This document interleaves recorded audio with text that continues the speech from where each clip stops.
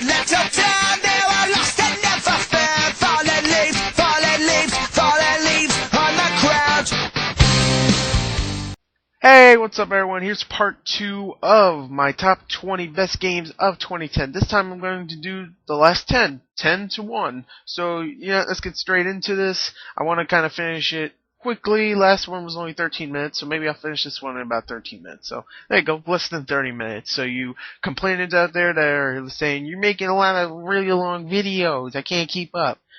Well, these are going to be long anyway, but shut up. Anyway, let's get into number 10. The number 10 best game of 2010 is Battlefield Bad Company 2. There you go. For all you people that are like, it's not in your top 10, boo-hoo-hoo, because you didn't put it in the best games of 2010 for us to vote for. There you go. I decided, you know what, after a long time of thinking, the single-player campaign was okay, not great, but the multiplayer was a lot of fun. Played over about 45, maybe 50 hours of it, can't remember.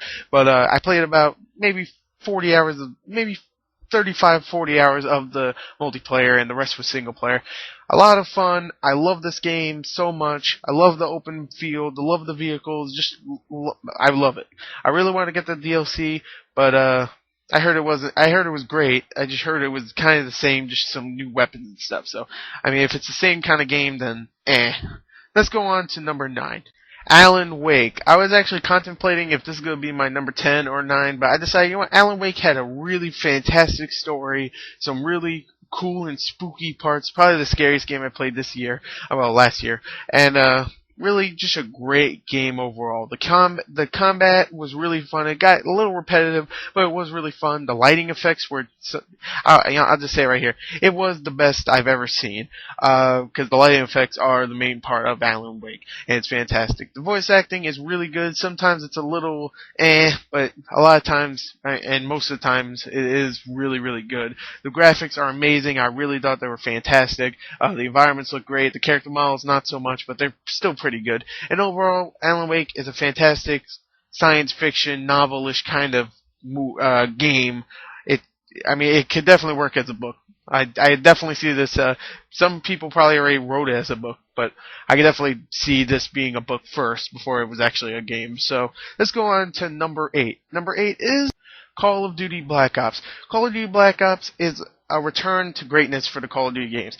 Call of Duty Modern Warfare 2 didn't really care for. I loved it at first, but because of all these campers and stuff, it really was way bad. It was really bad in Modern Warfare 2, and I just couldn't play it anymore. I loved it at first, didn't like it after that. This is something that Modern Warfare 2 was at about 2 weeks into its life, where there is campers, but it's not as bad as it was before. The single player is much better in this than Modern Warfare 2, at least to me, because at least the story is actually good. And overall, I thought Treyarch just did a fantastic job of this game. The zombie mode is great. The Dead Ops mode you can get is fantastic. Just overall, there's a lot of stuff packed in this game, and I feel like Treyarch is... No, I'm sorry. Yeah, that's the name, right? Yeah, Treyarch. I was about to say, no, that's the guy that made Call of Duty 4, but that's Infinity War. I forgot. Yeah, Treyarch, you did a good job. There you go. I forgot your name, but you did good. So let's go on to number 7. I mean, you did fantastic, because that's why it's number 8. You know, you did fantastic. Great job.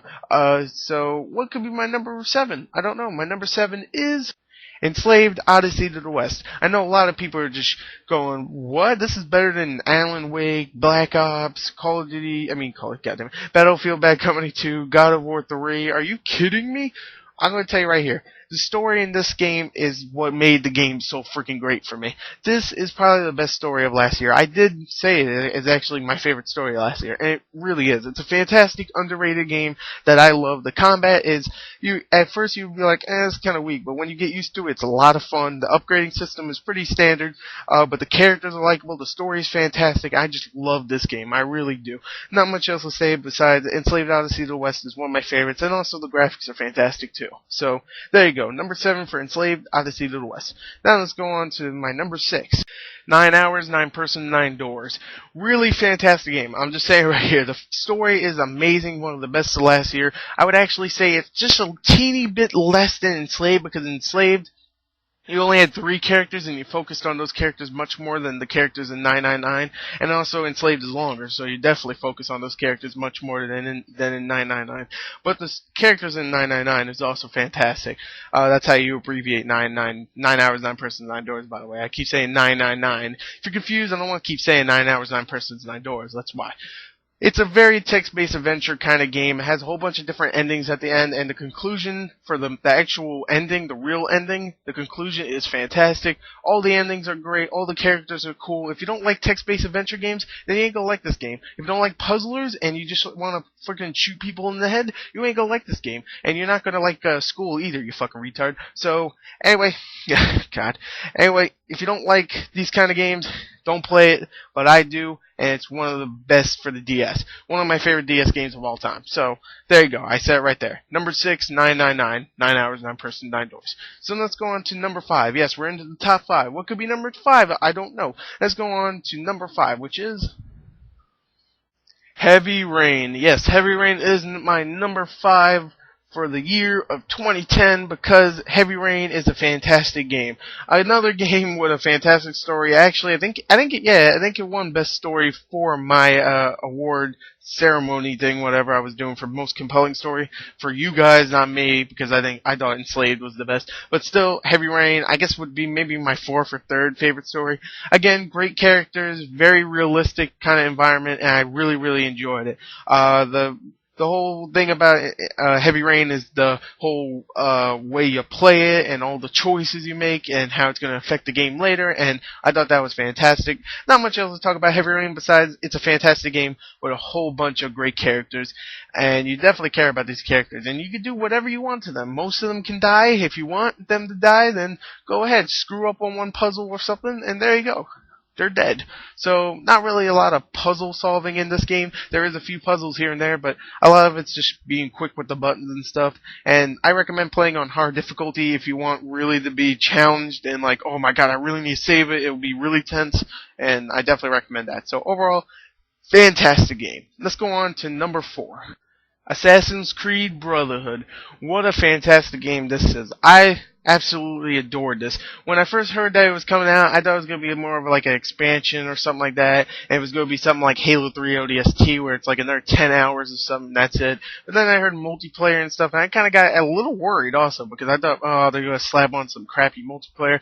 Let me just say right here, this game is as long as Assassin's Creed 2, it's better than Assassin's Creed 2, and the multiplayer is fantastic, and I recommend it highly. Definitely a game that I just loved, and it's a game I got for free too, so it's one of my favorites. I got it for free. I love it. Graphics are great, soundtrack is great, the voiceovers are great, voice acting is great.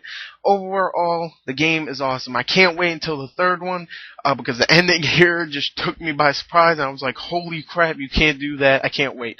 I hate you so much, I love you. So, really, I hate you guys, but I love you so much. Not you guys that are listening, the guys that made this game. But you better bring out Assassin's Creed 3 like tomorrow, or I'll kill you. So just saying, I mean, nothing personal except it is, because if you don't bring out my game, I'm gonna fucking murder you. So anyway, if they're listening to this right now, I'm sorry. I didn't mean that, at least not entirely. So. Yeah, if Ubisoft goes on fire tomorrow because there's not a game out, wasn't me. So anyway, Assassin's Creed Brotherhood, I really adore this game, but not as much as the next 3. Number 3, let's go on to number 3. My 3rd favorite game of the year is Mass Effect 2.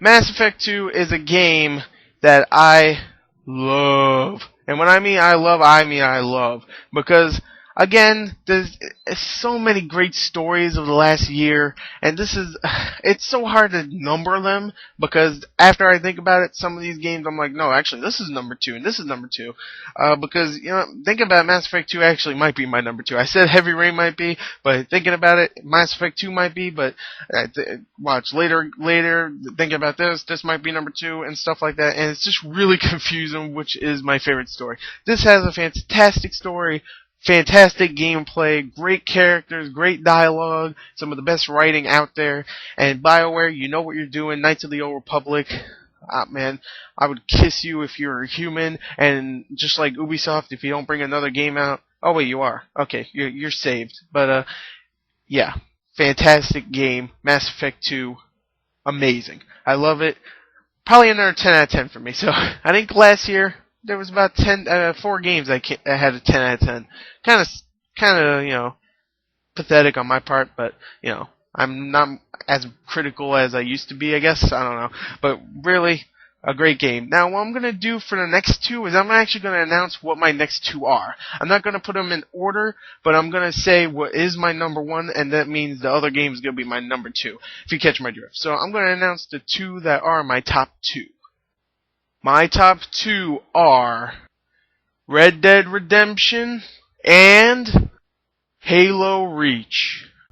So, out of my top 2, Red Dead Redemption and Halo Reach, which one is the winner? Which one will take number 1? My number 1 pick for best video game of 2010 has to go to, wait for it, drum roll. I'm just stalling because I like to. I mean, it's just a thing I do. I love to make people wait and wait and wait. The game is Red Dead Redemption. There you go. Red Dead Redemption is my number 1 video game of 2010, mostly because of the story, the gameplay, how much fun it was, the realistic world that Rockstar made for this game, and just how fantastic the soundtrack was, the voice acting was, the characters were so believable and likable, and I can't wrap my mind around how fantastic this game is. There's so many great games out there with a fantastic story that I'm not even going to talk about the story in this game, but really everything is fantastic. Even the DLCs are fantastic. There's nothing bad about this game. The multiplayer is a lot of fun, and just overall a fantastic, fantastic game. So there you go. There's my number 1. Of course, Halo Reach was a fantastic game with amazing multiplayer, a really good single player, and something that's going to keep me occupied for the next few years. But overall, Red Dead Redemption, I love you. And when I say a few years, I mean until the next Halo game, which will maybe be this year. I don't know. So anyway, there you go. Red Dead Redemption is my game of the year. I hope you agree, because if you don't, I'll kill you. And from my Game of the Year award thing I did, most of you did agree because it did win. And there you go. I agree with you guys. Red Dead Redemption, best game of 2010. And Spike Video Game Awards, I might hate you, but I agree with you this time because they gave Red Dead Redemption their game of the year also. There you go. Red Dead Redemption, my game of the year. If you were wondering what was my favorite, if you were wondering what my top 5 favorite was, there you go. There's my top 5. There's my top 20. There's my top 10. There's not my top 30. There's no top 30. So overall, there you go. I love these games. I love you, Red Dead Redemption. Rockstar, if LA Noire sucks, that's okay because you made so many great games before, so I'll let that slide. But still, LA Noire better be good. Halo Reach, you're fantastic also. So, and all the other games too. So there you go. There's my top 20. Thank you and goodbye.